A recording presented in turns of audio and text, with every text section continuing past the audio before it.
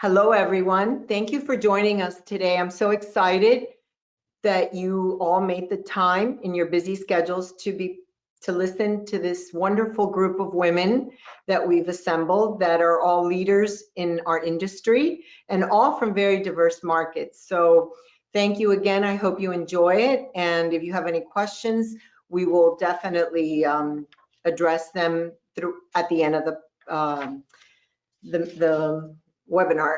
So first we have Deirdre Connell. She's the CEO of Daniel Gale, and they service from the borough of Queens across to the East End, including West Hampton Beach, Norfolk, and Shelter Island. Daniel Gale does about 3.3 billion in sales with 26 offices, and Deirdre is a rock star. She is not only a leader, a visionary, but she is a great friend of mine whom I call when I need guidance and encouragement sometimes. So thank you for being you and being there to support me. I really appreciate that. Mutual admiration, Mayi. So happy to be here. Thank you. And Nina is also an old friend. She is the one of the owners of Turks and Caicos Sotheby's. And she's also, besides being an owner, a top producer and specializes mostly in high-end property marketing and sales and has consistently been ranked as a top producer. She's also responsible for a lot of the new things that are going on with Turks and Caicos Sotheby's in the development arena and building their development portfolio. She has been involved with very significant projects like Grace Bay Club, 7 Stars, and Beach Enclave. So Nina, welcome and thank you for joining us today. Thanks so much, Mayi. Thank you.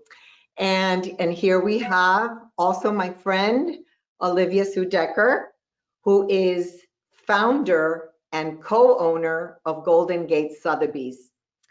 They have about 27 offices between Silicon Valley and Napa Valley. Great feeder market to Florida right now with everything that's going on. And they did over $5.2 billion in sales. Wow, that's pretty amazing. That is just unbelievable. And the #1 firm in Marin County. She's also been involved with development sales. And so I think juggling not only running and being a founder of a real estate firm has its own challenges, but also helping build and market some fine projects in your market is pretty impressive. So thank you and welcome, Olivia, to this great panel that we've assembled. Thank you. And so last but not least, one of my favorite people in the world who has coached me personally, and some of my moments where I've been most confused as to what to do and how to go about it, and even with my son Daniel, who's the president of Sotheby's, and how we can move along and respect each other. Liz has been really instrumental in setting some goals for us so that we can each own our own space and excel at our strengths and move forward that way. And she's the founder and president of Liz Bentley Associates, which is a consulting firm that specializes in leadership development programs. And she's developed a specific model for real estate and is top ranked in the country for real estate coaching.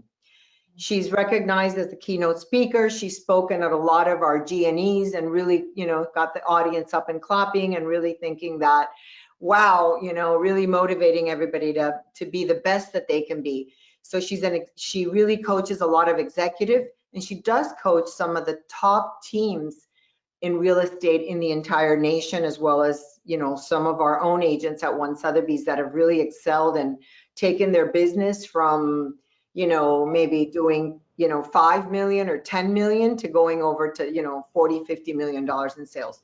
So she's someone that you definitely want to get to know, and a lot of her advice and a lot of what she does has been featured in numerous books and podcasts and business magazines. So thank you, ladies. Thank you, Liz, for allowing us to come today to moderate this great panel. So thank you so much and welcome.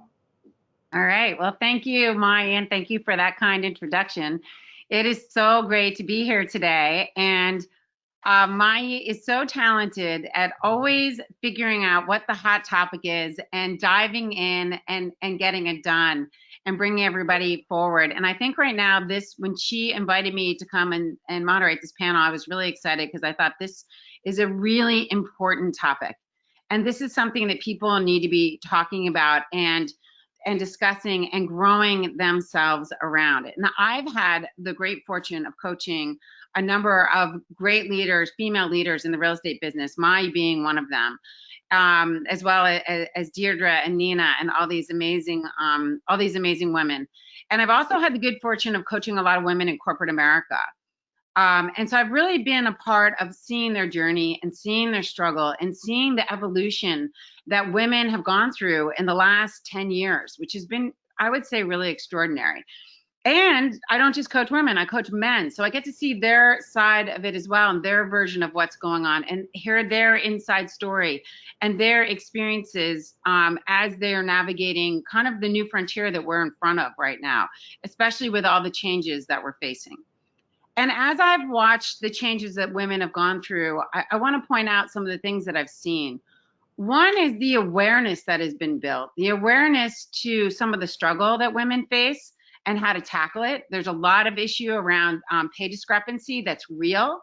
Women in corporate America, as you know, make usually 70% of what men make. And as they go up higher in careers, that gap gets bigger. With education, that gap gets bigger. But that's also the case in real estate. Women make less money than men doing equal amounts of revenue, make 70% to men. Why that is still a little bit of a mystery. It's likely cutting their percentages, cutting part of the deal, giving in negotiations, whatever that might be. But the statistics are out there.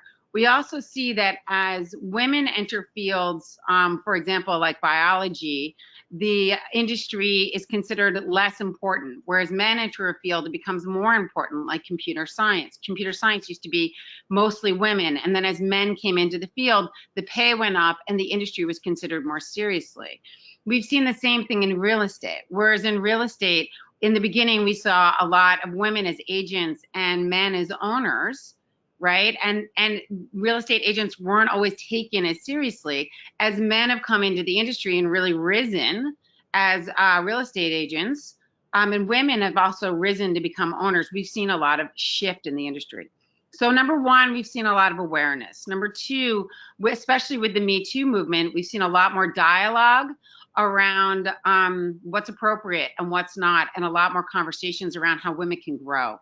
And the third thing that I've seen that's been a huge positive, I'd say, especially in the last 5 years, is women really supporting each other. And now let's be clear, women have always really supported each other around family, children, and community. That's always been the case, but not in business. Women were not always, they were often pitting against each other because they felt like that was the only position they could get. And that comes from a history of, women, of course, if you look back 10, 20, maybe 100 years, women needed men to survive financially. But as women have grown and become more financially independent, they've had a lot more choice. So we have seen women become way more supportive of each other in feeding each other business, giving each other opportunity, and helping each other grow. The other thing I want to bring to awareness that people have talked a lot about is something we call unconscious bias. And unconscious bias is when we have a bias that we don't see in front of us.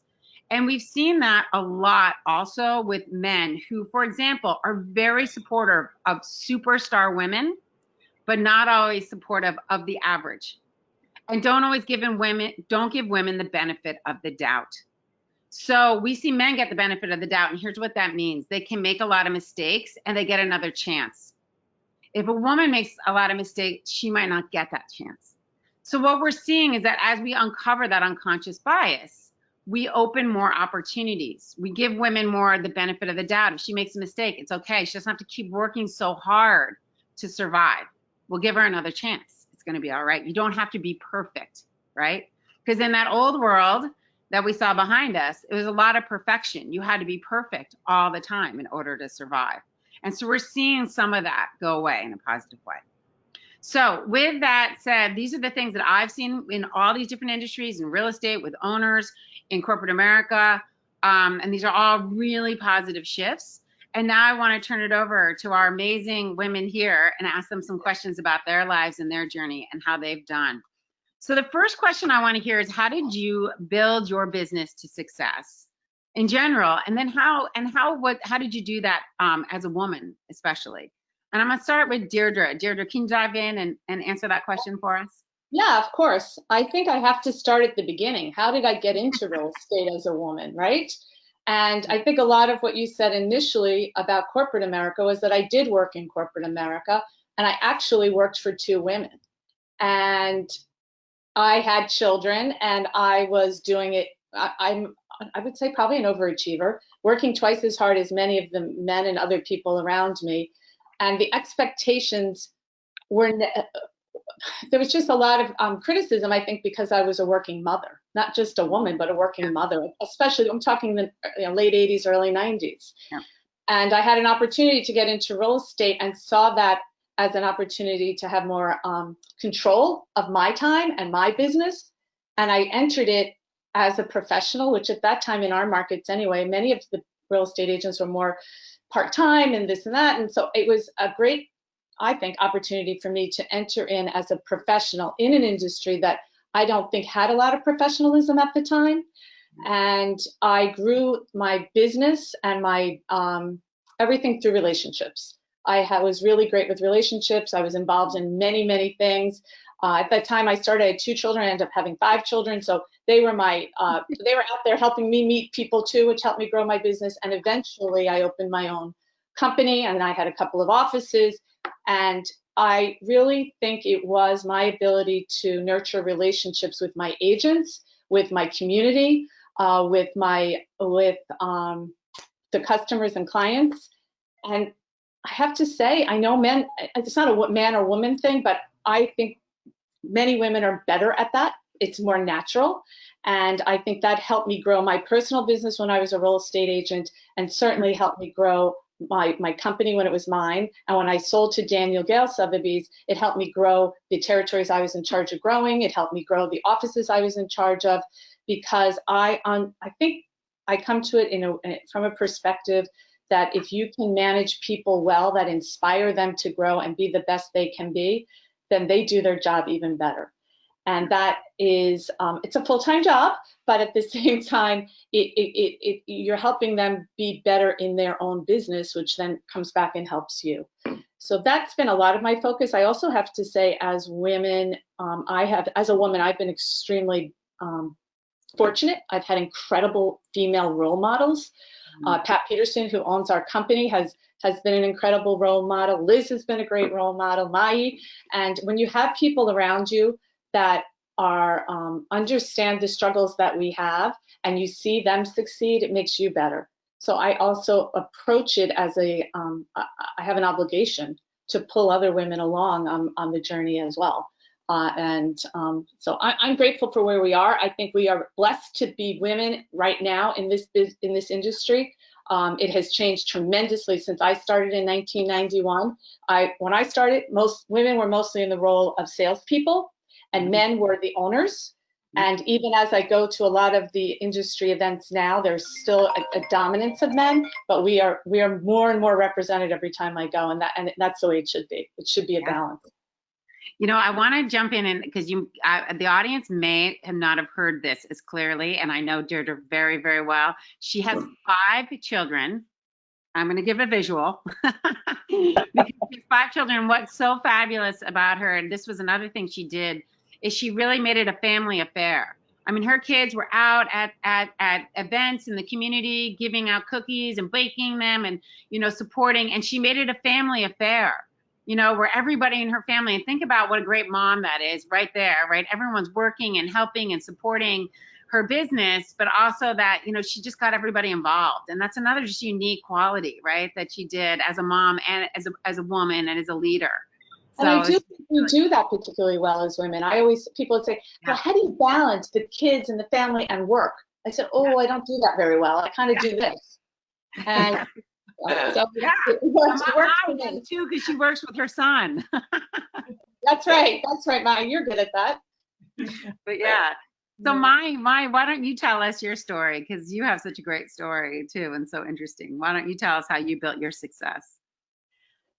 With everyone around me, building a great team and and having faith in the brand, and knowing that there was a niche for a global brand in South Florida at the time I took it over, which was a crazy time because it was right after the Lehman, crisis, and you couldn't put a deal together. So that was December of 2008. But my heart knew, and I'm a super heart girl. Like, I lead with my heart, and I feel that I knew that we're an international city, and that there was going to be so many opportunities to build upon, and with the infrastructure that Sotheby's was providing. And I remember a lot of people saying, "Are you crazy? You're going to lose everything. This is the craziest thing you've ever done." And I thought, well, we're going to give it a shot, and definitely failure is not an option. And we built it slowly, and I really do mean that. I do believe that building the business is not only what I've done, but what the leadership team that I have built around me allows me to do. Because we create think tanks, and in those think tanks, everybody comes up with great ideas. And so it's not about Mayi, and it's really even about the agents, their wants and needs, and how I can help them through the leadership succeed. And so for me, it's really been an incredible journey, the best journey in my entire life, of seeing this company grow and evolve into what it is today.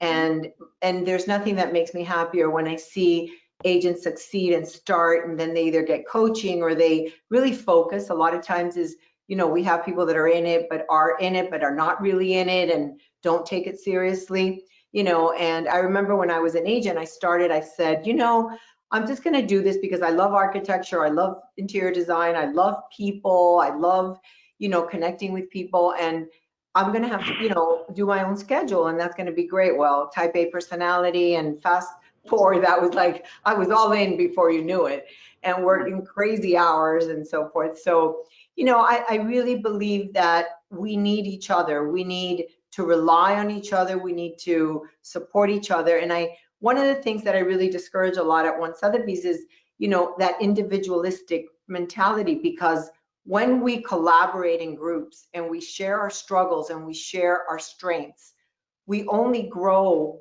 from that, because everybody has a different point of view.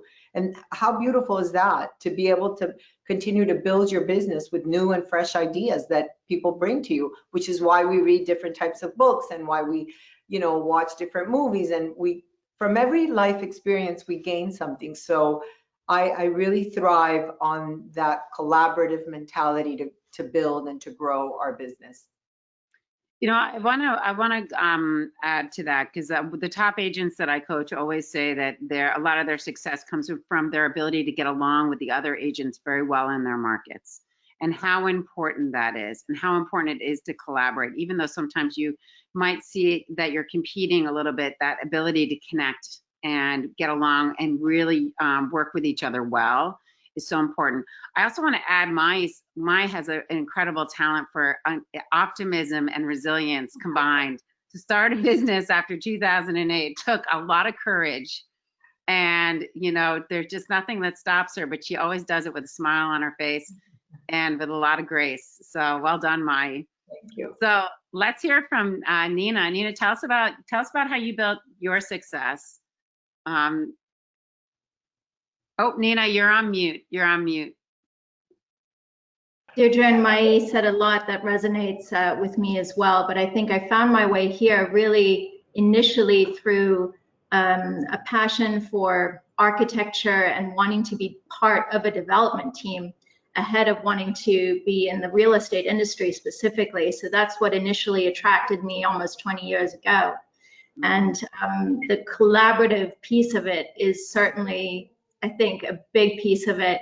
I was lucky to find the right partners at the time and the right developers to align myself with. And it's been a journey from there. I think a lot has changed in the past decade and the decade prior. I'm very, very positive about where we are as an industry and as where we are as women.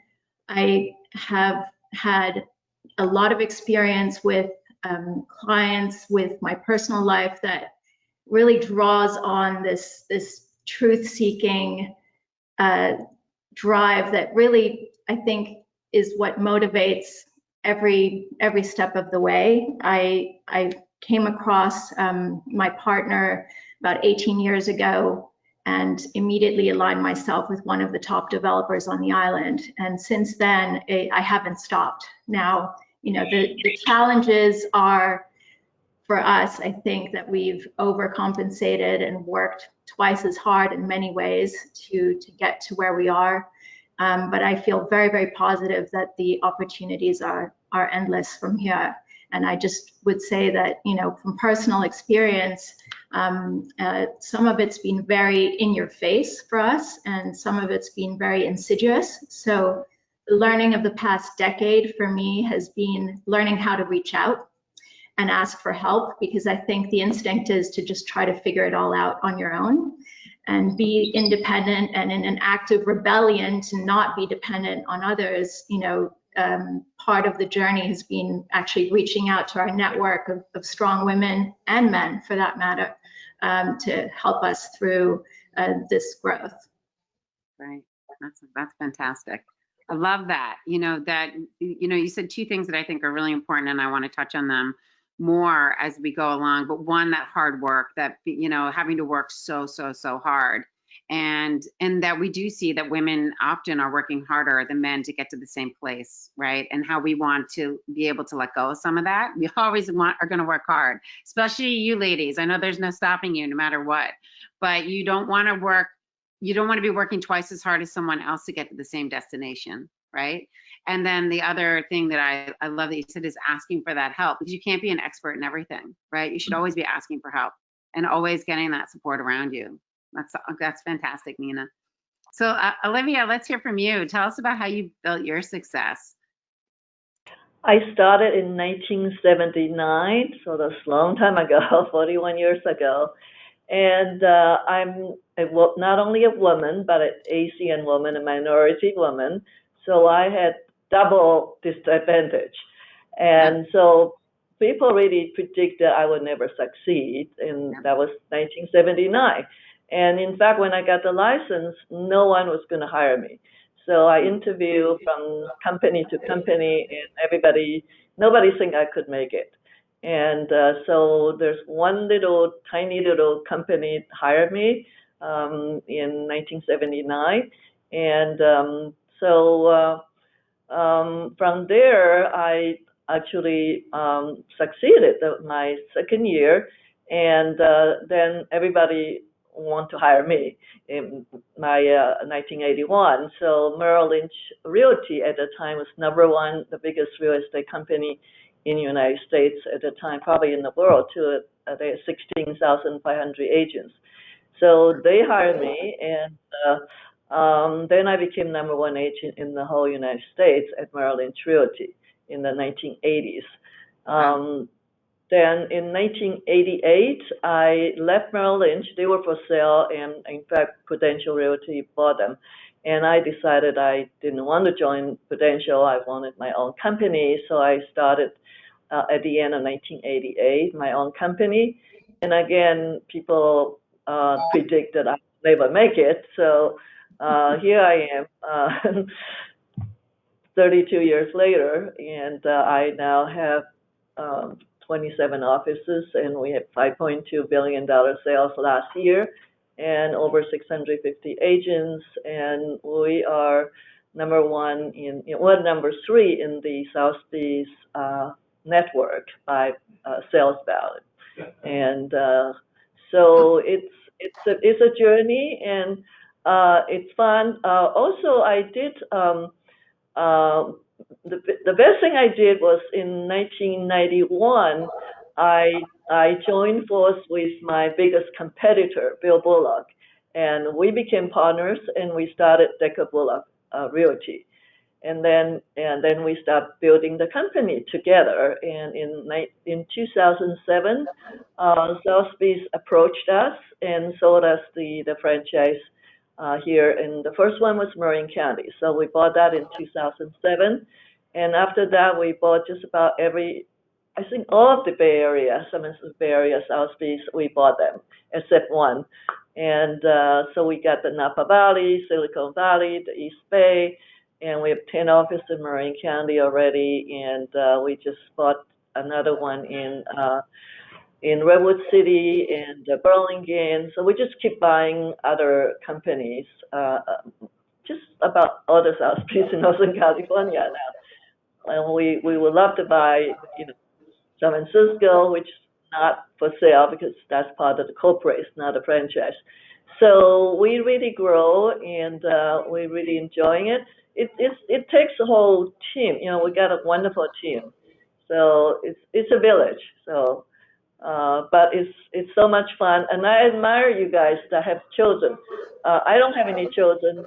Bill doesn't have any children, so none of us are married or have kids. So we basically, the company is our babies, and we work very hard. But you guys having children plus the company, I just don't know how you did it. So that's why Deirdre had to employ. Very inspirational. Yes, yeah.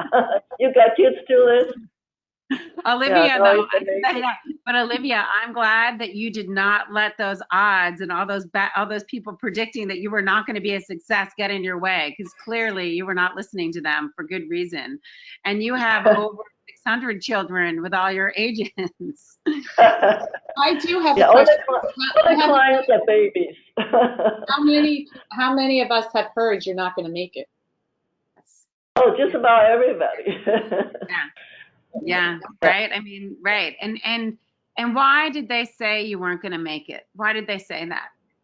Well, what happened was I decided to sell in the most expensive and affluent county, which is Marin County at the time. And I also picked Belvedere and Tiburon, where I lived. And it's one of the highest income and most expensive address in the United States, probably in the world too. And here I was a woman, I'm a woman and minority, and I didn't know anybody at the time in 1979. And I determined that's where I'm going to build my company and my business. And so people said, they just laugh at me, most of the people. Actually, everybody laughed. Olivia, what do you think made you such a great success?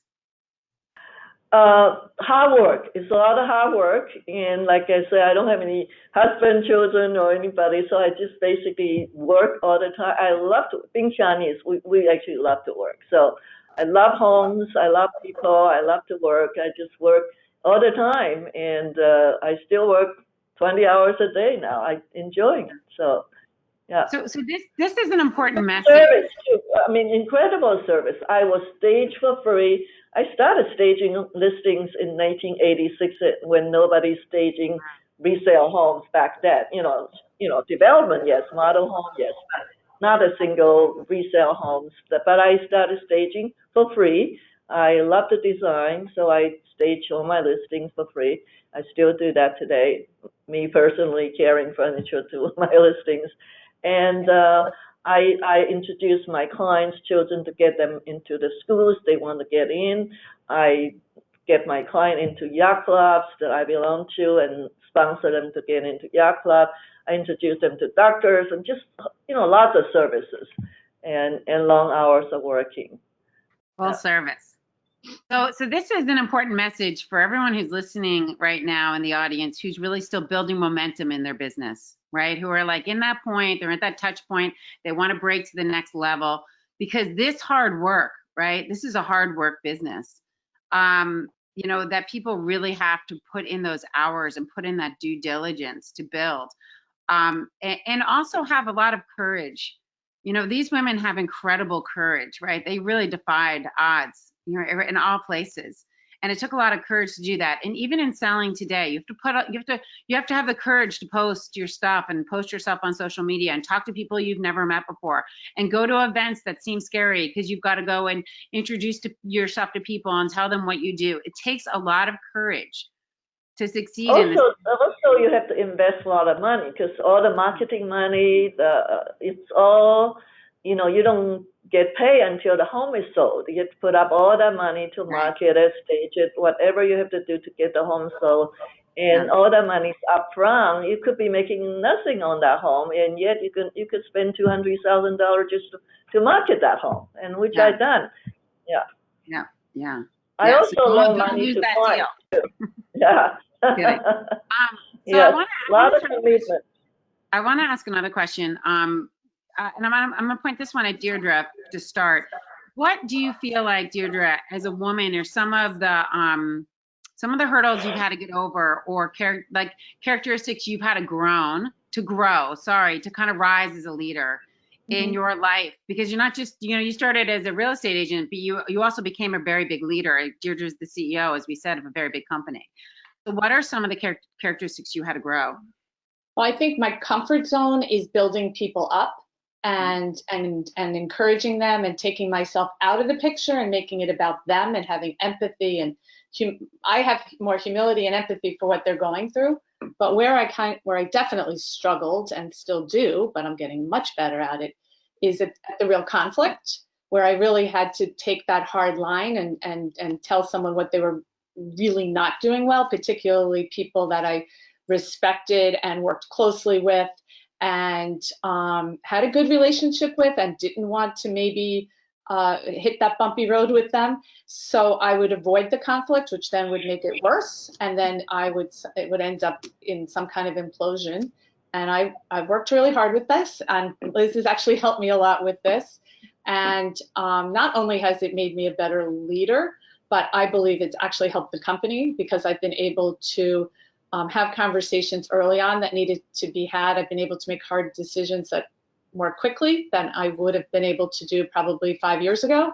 And that's my big obstacle. I think that if it doesn't matter what your weakness is, if you can identify it, that's the first thing. Identify it, own it, and work to overcome it, you become not only a better leader, but a better person in your own life. So it used to create so much stress for me. I'd be so stressed about this conflict that I was avoiding.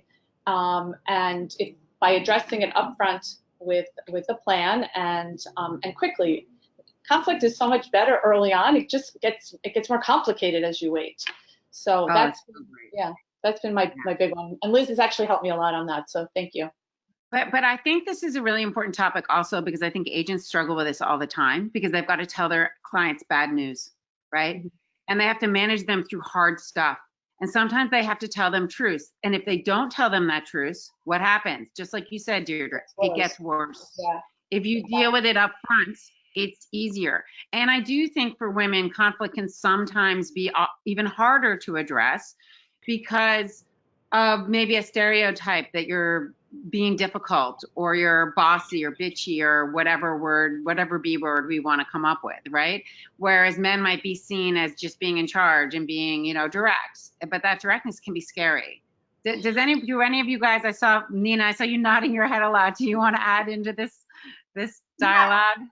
I think that's part of having the experience to learn how to say no and how to challenge our clients, our developers, people that we're dealing with, to have the authority to push back, whether it's on process or strategy or price. And it's all encompassing to me, but I certainly think I look at things differently again now than I do 10 years ago, where I may not have even seen what was happening, and somebody else had to point it out, or I would have nipped it in the bud much earlier, as opposed to just procrastinating and not wanting to confront the facts, for instance. So I can definitely relate to that. And I think quantitative conflict is easier. Like if you can show the comps, or if you can show the value, and it's all very academic, then it's not me saying anything. I'm good at that. No problem with that. Right. It's when I have to really guide someone based on almost my opinion of what needs to be done, where I struggled more.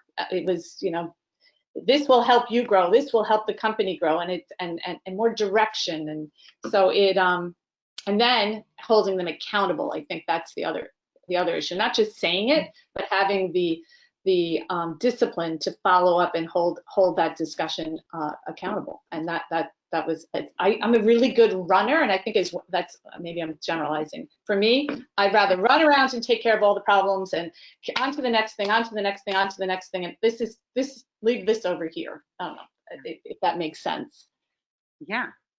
Yeah, well, I think a lot of people want to make everyone happy, and wanting to make them happy is fantastic when you're doing all the amazing things like Olivia is saying, staging for them, introducing them to the best doctors and clubs and whatever and schools, you know, and that's incredible customer service. But at the same time, you have to be speaking truth. Right now, let's talk a little bit about the development business and how does it relate in managing, you know, managing developers and managing through those projects. And those are such valuable relationships, right? But you obviously have to be able to steer a lot of that, command a lot of respect in those relationships, and, you know, and help them understand from their development mindset what's happening in your world and what's going to get this done, right? And sometimes I've certainly, in coaching my clients, seen a gap in those two spaces between the developer mindset and the actual sales mindset. And navigating those conversations, right? And navigating through that. Mayi, do you wanna tap into that at all? Yes, happy to. So that's the struggle. It's a daily struggle because there's you first start out at a project, and then, you know, depending on the market circumstances, you may start out really strong, but there's always a point in the project where sales kind of just, you know, they start going up and then they plateau, and then maybe there's a dip in the market, and boy, then you sit back, and it's always why you are not doing your job right. And it's always you can do better, and you're not reaching out, and you know, maybe your network's not responding, or your local brokers aren't. What it's always are the inside team's fault. They typically don't say, well, maybe my project is overpriced, and maybe I'm in the wrong location, or maybe I launched at the wrong time. So they really tend to point a lot of fingers and say, you know, you can do better always. And, you know, one of the things that's been really important, and sometimes it's hard to find, you know, we started out as a general resale company. We were not in the development arena. So for us, our first project was Bellini, and then our second project was the W South Beach residence. I remember walking in there and saying, oh my goodness gracious, and now what? You know, I had no clue what I was doing. So I really I surrounded myself with people that really knew more than I did about development sales, and started learning from them. And, you know, it was tough because the developer is always expecting a lot, and rightfully so. They have a lot on the line. They've invested a lot of money. And, you know, they're going to ride, their profitability depends on the velocity, the absorption, you know, and how well you execute. So it's so important to really identify. For us at the beginning, putting these 8 teams was really difficult because we were mostly a general resale. And I've learned along the line that they really are 2 different businesses. They're, you know, the general resale agent sells a little bit differently than the development agent. And it's a great business to start in if you can get into a great development, because you build a client base and you're basically in front of a lot of people, and it allows you to build your real estate business for the most part. So it's very challenging and at the same time very rewarding for me. Many of the projects like the W South Beach residences, and we came in there at a terrible time as well, end of 2009 or 2010. You know, we started out by trying to just get everybody back in the deals that wanted out of those contracts. And then 1000 Museum has been another great, you know, project that, those developers are, you know, amazing to work with. They get it. They know, and I don't know if they've been coached by their parents. I know one of them, their father was in, you know, development sales, and they know they know how it goes. They really understand, and they work with us. And I think if we put in that 8 team and we really do all that we can consistently, you know, week after week, you know, sometimes it gets old. It's the same thing and the same meetings every week. So for me, it's been quite a learning experience and a struggle to make sure that these developments are successful. And there's always something going on. And, you know, we've built a great portfolio. We're now servicing, projects in Boca and Vero Beach, and we've grown along Florida's East Coast tremendously. But it's a lot of lessons along the way that have taught us. So one thing that you mentioned, and I think I hear this a lot also in coaching people who work in the development, it's really about, you're bringing two different minds together, hearing each other, and being able to hear that feedback and then have them hear your feedback, right? It's like a little bit, because sometimes what I see, when this is relevant to everyone who's listening right now, whether you do a lot of development work or not, is that your client is going to give you feedback, right? And sometimes you're going to be thinking, these people do not understand this business at all. Like they have no idea what they're talking about, right? And you feel that, right? I know all four of you feel that way sometimes from your developer clients, right? Where you're thinking, this is, they're really missing it, or any client, right? But usually there's a gift in there. There's some piece of feedback that they are right about, that they're right, that you're missing, that you're not seeing. And great, people who really succeed, in this business, and you obviously we have these amazing four women in front of us who, we couldn't hold them back if we tried, have been able to hear that feedback along the way in order to continually grow themselves, right? So how are you able to hear those really important pieces of feedback from those developers or those clients, and at the same time get them to hear your message? Because we've got to meet in the middle, right? We've got to get everybody to the middle. We got to get those developers over, or that client, right? And we also have to be able to hear what they're saying to us so we can make the right changes. Nina, you want to jump in on this and add anything from your experience? Yeah, I think Deirdre mentioned empathy earlier, and I think that's a very important trait that we can often associate with women as well. But empathy, insight, agility, those are the kind of things, innovation, that make me think of our role in the real estate industry generally, but also with new development. It takes a lot of tenacity to go from the time of inception of a development all the way through to completion and sellout. So I think that those are skill sets that we may be uniquely equipped to put to work.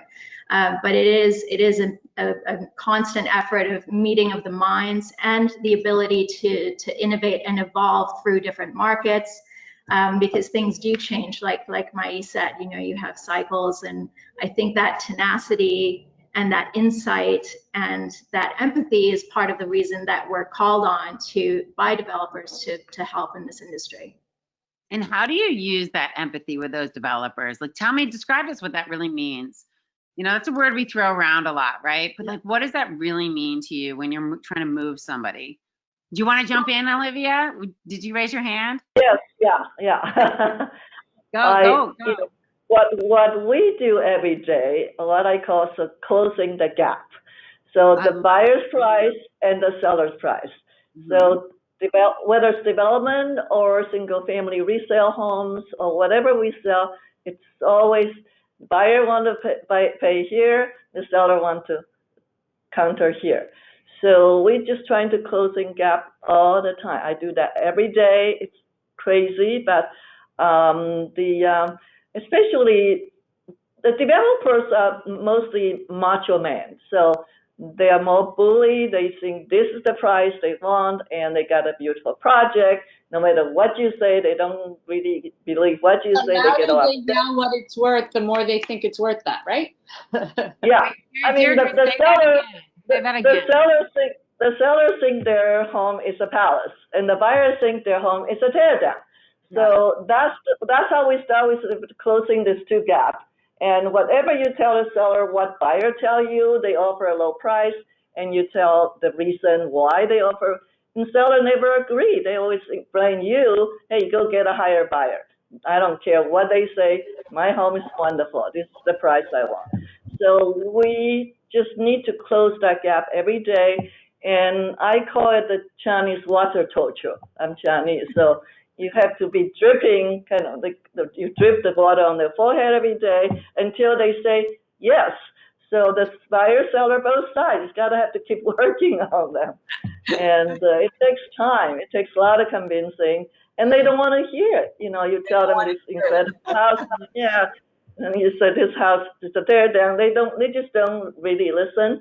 So Yeah, it's a lot of patience and a lot of work and a lot of time, but you just have to keep inching the two together. And then the minute you start getting traction and you finally convince them to this price, and now you start bringing in deals, then all of a sudden now they raise the price again because they're like, oh no, we're going to raise the price again, and then you're wait, let's just get a little traction here. Yeah, they also complain you sold it too low. So wait, I want to tap into something that Olivia said, and I want to throw this out to you guys, and any of you can jump in. The macho man. Okay, so you're dealing with this. Everyone has to deal with this at some point. You're dealing with a guy who thinks he's the smartest one in the room. He's not taking you that seriously. He's a little bit dismissive to your, he thinks you're just trying to sell him a bill of goods. And tell me about how you build your credibility and really move him, because you've got to move him, right? You've got to move him. Liz, I think it's not even the macho man. I think it's a particular personality that has to be the smartest person in the room. And no matter if you start too strong and too quickly, they will dismiss you. So my strategy has always been let them talk. Let them talk. Let them talk and talk and talk and get all of that they need out on the table. And what I do is I listen really hard, and I try to find the spot that I can weave in the logic or my pitch or close the deal or whatever it is I'm trying to do. Or it could be with an agent, it could be with one of my managers. It's find the moment that I can make the impact, as opposed to jumping on them, because that just doesn't work for me anyway.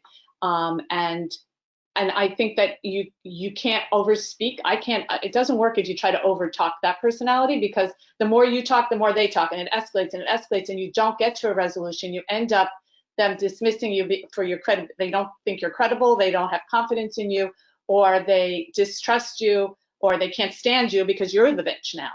So in my opinion, the best thing to do is to let them talk themselves out and then speak calmly and logically.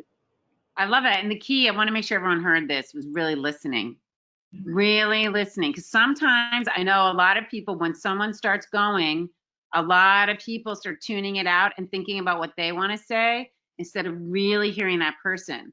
And when I asked that question earlier to Nina about empathy is really about understanding, right, that person. So even if they're feeling like they're taking up all the air in the room, it doesn't matter. Get your ego out of the way, right? Because you want to really understand what's going on through that listening. What are the trigger points, and what, the stakes are high for them. So what are their trigger points, and really hone in on that. Agreed. Right. The stakes are high for them. And that's whoever it is. The stakes are certainly very high for the developers, but the stakes are high for everybody in the game, right? Whoever it is, they could have the smallest house, but for them, the stakes are high, right? So here are those triggers. Mayi, how about you?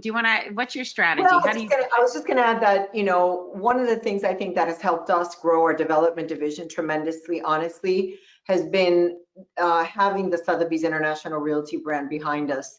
I think it affords like a certain degree of credibility, especially in the really very high-end projects. And like I always say to them, even if our network is not responding the way we would like them, with as many sales as we'd like to see come from all these markets, guess what? The exposure is there. People are talking about your project in markets that they would have never done. And so I believe that, for example, when Sotheby's India opened, I was able to travel there. And that was really pretty great. And did I bring an actual sale from there for the projects?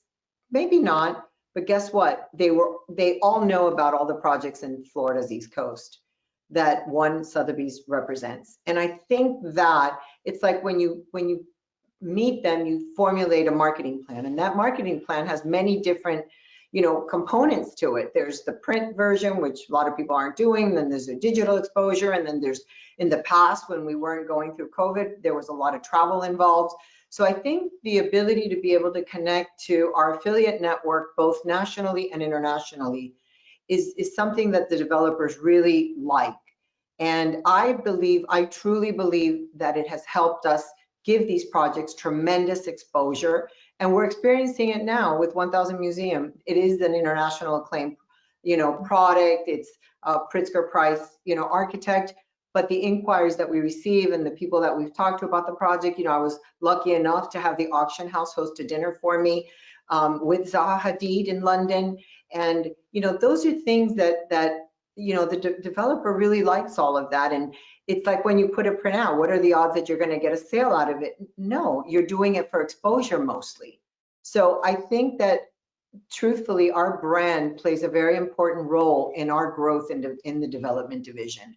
And, and then I think the relationships that we are building here today, the relationships that our agents have and the ability they have to network within our affiliate network and reach out. I think the biggest fear in our world overall, whether it's developments is rejection. And I think that's one of the first things you learn in real estate school.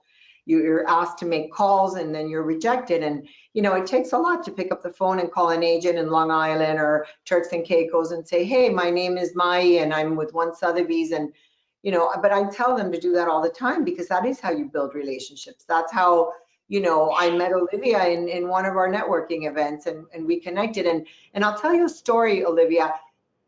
Harvey Birdman, the father of Louis Birdman at 1000, knew of you and knew of your success.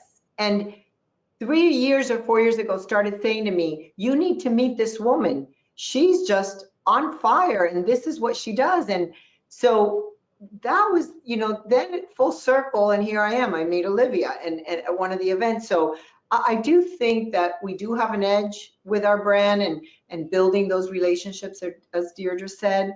It puts us in a very unique position. And it's just another marketing avenue, as I tell them. Just look at it as exposure. You're out there. You may get a sale from it, you may not. When we launched Brickell City Center, we had, a few sales from Taiwan, of all places, and it was our affiliate that wanted to support us, and Argentina, and, maybe not as many as the developer would have liked, but guess what?